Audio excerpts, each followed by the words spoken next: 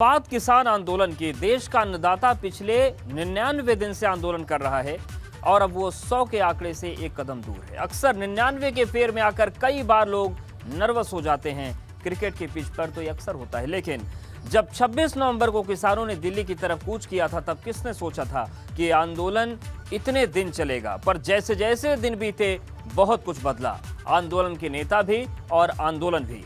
लेकिन जब ये आंदोलन 100 दिन की तरफ बढ़ चुका है, तो क्या है किसानों की रणनीति और कब होगी किसानों की घर वापसी, इसे समझने के लिए देखिए हमारी ये एक्सक्लूसिव रिपोर्ट।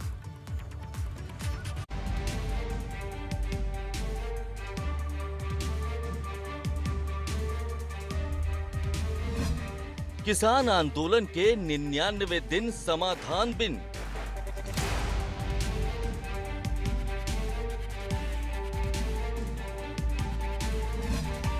कड़ाके की सर्दी से तपाने वाली गर्मी तक 99 का फेर अच्छों को ढेर कर देता है, पर एक कदम पार कर लिया जाए तो हौसले बुलंद कर देता है। किसानों के हौसले कितने बुलंद हैं और आगे की रणनीति क्या है, ये इन तस्वीरों से समझा जा सकता है।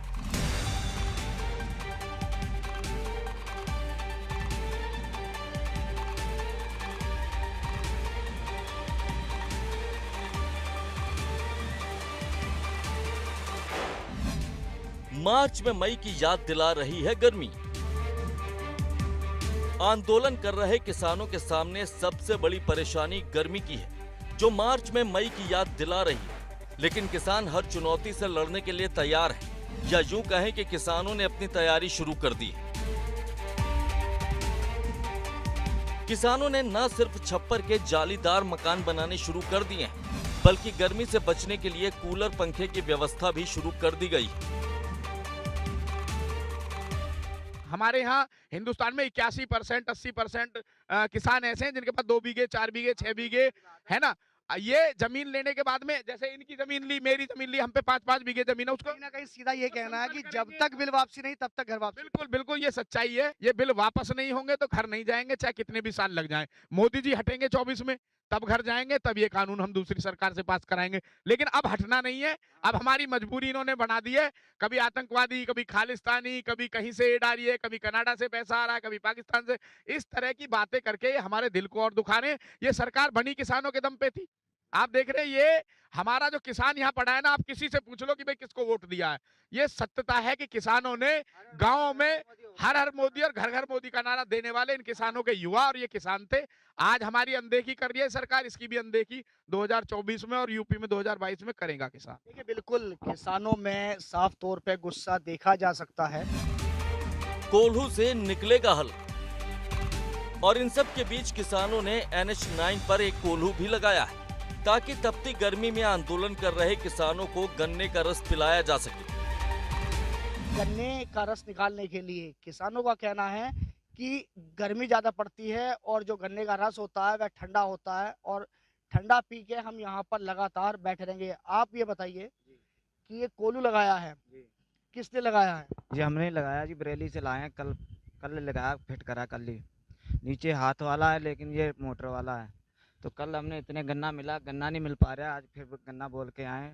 पुदीना नींबू के लिए ऑर्डर किया है, बर्फ़ के लिए किया है, और सारा व्यवस्था बनवाएंगे। गर्मी आ रही है, गर्मी में चाय तो पिया नहीं जाएगा, गर्मी में रस ही पिलाएंगे लोगों को। गर्मी में चाय नहीं पी जाती, गर्मी में रस पिलाएंगे। यानी कि कहीं ना कहीं अब गर्मी की पूरी तैयारी है इस आंदोलन में। हाँ जी, हाँ जी। गर्मी का जब तक मान ऊपर से आदेश नहीं कोई होगा, फिर जब हो जाएगा चले जाएंगे। अब मना के जाएंगे जब किसान लंबी लड़ाई के मूड में। इसे इस बात से भी समझा जा सकता है कि किसानों ने होलिका दहन की भी तैयारी कर रखी है। साथ ही एक पोस्टर भी लगाया है, जिसमें होली से लेकर दिवाली तक की तारीखें दर्ज हैं। किसान आंदोलन को 100 दिन पूरे हो गए हैं और हम इस समय मौजूद हैं दिल्ली गाजीपुर बॉर्डर के NH9 के ऊपर, जहां हम आपको कुछ तस्वीरें दिखा रहे हैं। तस्वीरों में आपको दिखाते हैं कि यहाँ पर अब किसानों ने होली दहन की तैयारी कर ली है। होली दहन के लिए आप देख सकते हैं यहाँ उपले रखे हुए हैं, लकड़ी रखी हुई हैं, और अब किसानों का कहना कि अब होली भी यहीं मनाई जाएगी। तो किसानों ने अब साफ कर दिया है कि लगातार जो ये आंदोलन है वह जारी रहेगा, चाहे सर्दी हो या गर्मी हो। आप देख सकते हैं कि होली समारोह स्थल का एक यहाँ पर बैनर भी लगाया हुआ है। जब 26 नवंबर को किसानों ने दिल्ली की तरफ कूच किया था, तब किसने सोचा था कि ये आंदोलन इतना लंबा चलेगा। लेकिन जैसे जैसे दिन बीतते गए बहुत कुछ बदल गया और देखते ही देखते आंदोलन पूरी तरह से गाजीपुर बॉर्डर पर शिफ्ट हो गया। यूं कहें कि राकेश टिकैत के आंसुओं ने आंदोलन में नई जान फूंक दी। अब राकेश टिकैत ही आंदोलन के सबसे बड़े नेता हैं, जिनके इशारे पर किसान अपने खून पसीने की उगाही फसल को बर्बाद करने से भी पीछे नहीं हट रहे।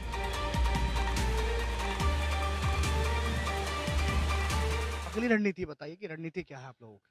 अब हम तो पूरे देश में जा रहे भाई, और यहाँ पर अपने आंदोलन चल ही रहे सब जगह। राकेश जी, आपने राजस्थान में मन से ये कहा है कि युवाओं के पास रोजगार नहीं है और वो अब बैरिकेडिंग तोड़ने की तैयारी कर ले, क्या ये सही है?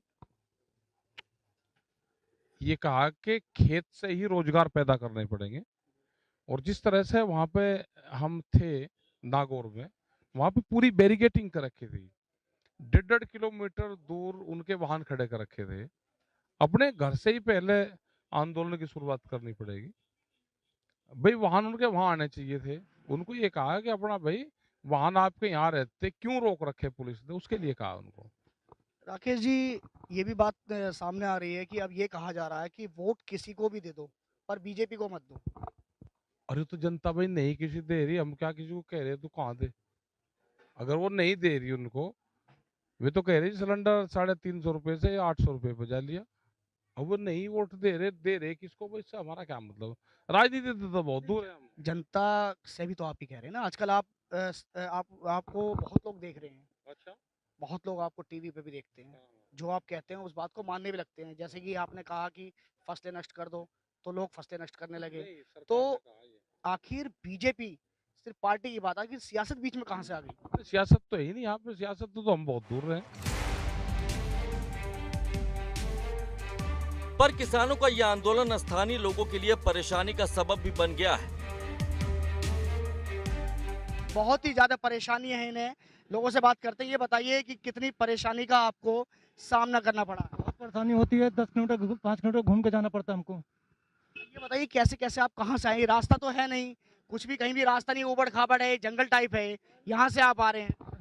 रास्ता है नहीं, नाले क्रॉस कर करके मिट्टी धूल धक्कड़ में खा के आ रहे हैं।